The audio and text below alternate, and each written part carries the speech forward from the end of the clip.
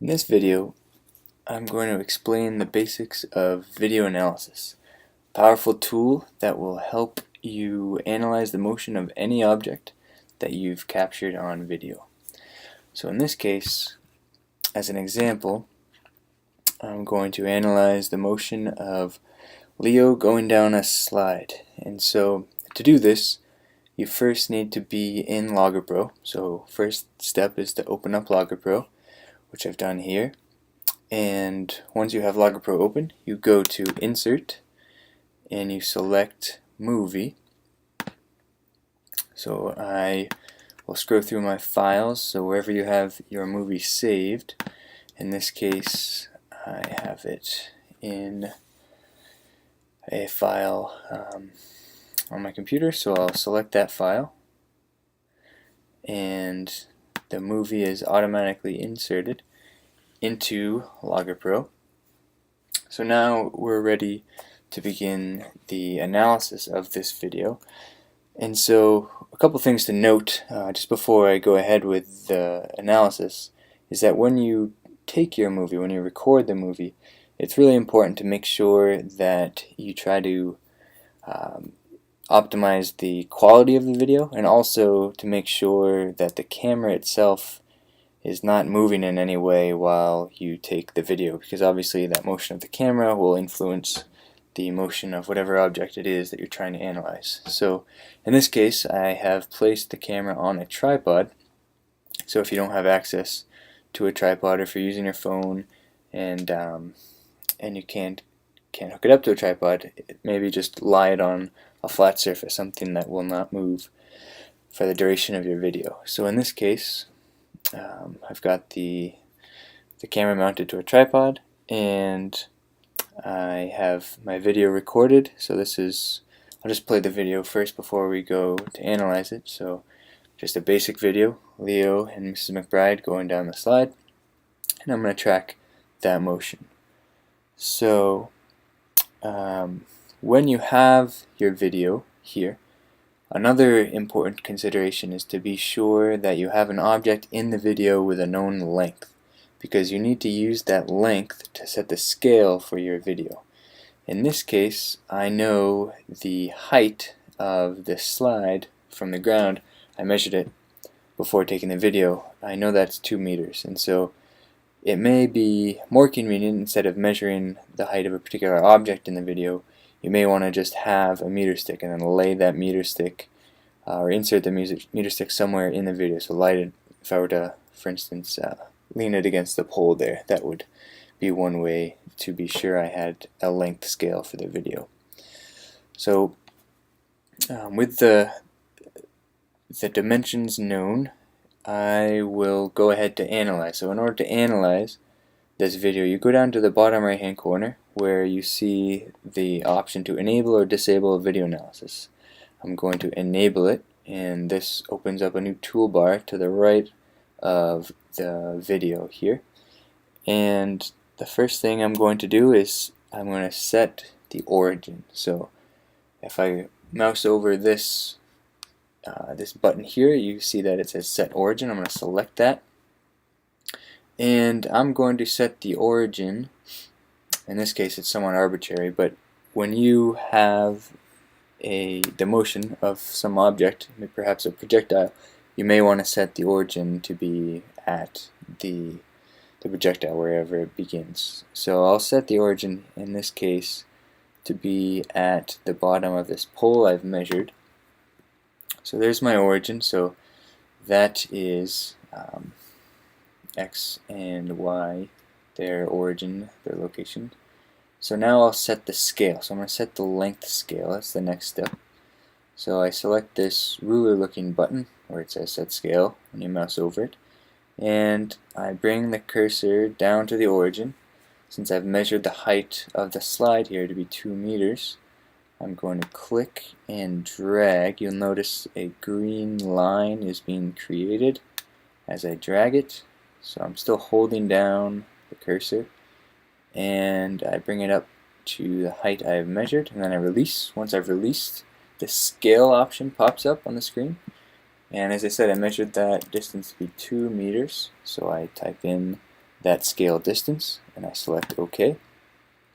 Now the scale, for this video has been set, so the program will automatically know the length of each individual pixel on this video, and so it can convert the pixels to a length. Alright, so now the next step is I'm going to toggle forward in my video to a place where I'll start to take data. And I'm going to do it once Mrs. McBride and Leo have gotten on their way down the slide. And at this point, so this will be where I start taking my data, where I start acquiring data. And I want to match up the time of my video to the time of my graph, the graph that I'm creating. It's more convenient to start your position time graphs or velocity time graphs from time equals 0. So the initial starting time should be t equals 0. So to do that, I go down to this button next to the Analyze button that says Sync Movie to Graph, as you see when you mouse over the button. I select that button, and the option for movie synchronization pops up. And so the movie time is the current time in the video, so where the movie has been paused, so it looks like it's 1.6017 seconds, and I want to set that graph time to be 0. That's where I'm going to start tracking my points, and so I want the time to be 0 at that time. So I select OK, and now I'm ready to start collecting data. So to do so, I mouse over this add point, this cross with a red circle in the middle, and that's the option. That button will enable me to add a point. So when that button is highlighted, when it's chosen here, as you see it's selected, whenever I select or click on the video, it's going to add a point and then automatically advance 1 frame. Now you'll notice here that it's somewhat blurry with the motion. The camera will only have a particular frequency with which it takes frames, and so if the motion is too fast, it might appear blurry in the video.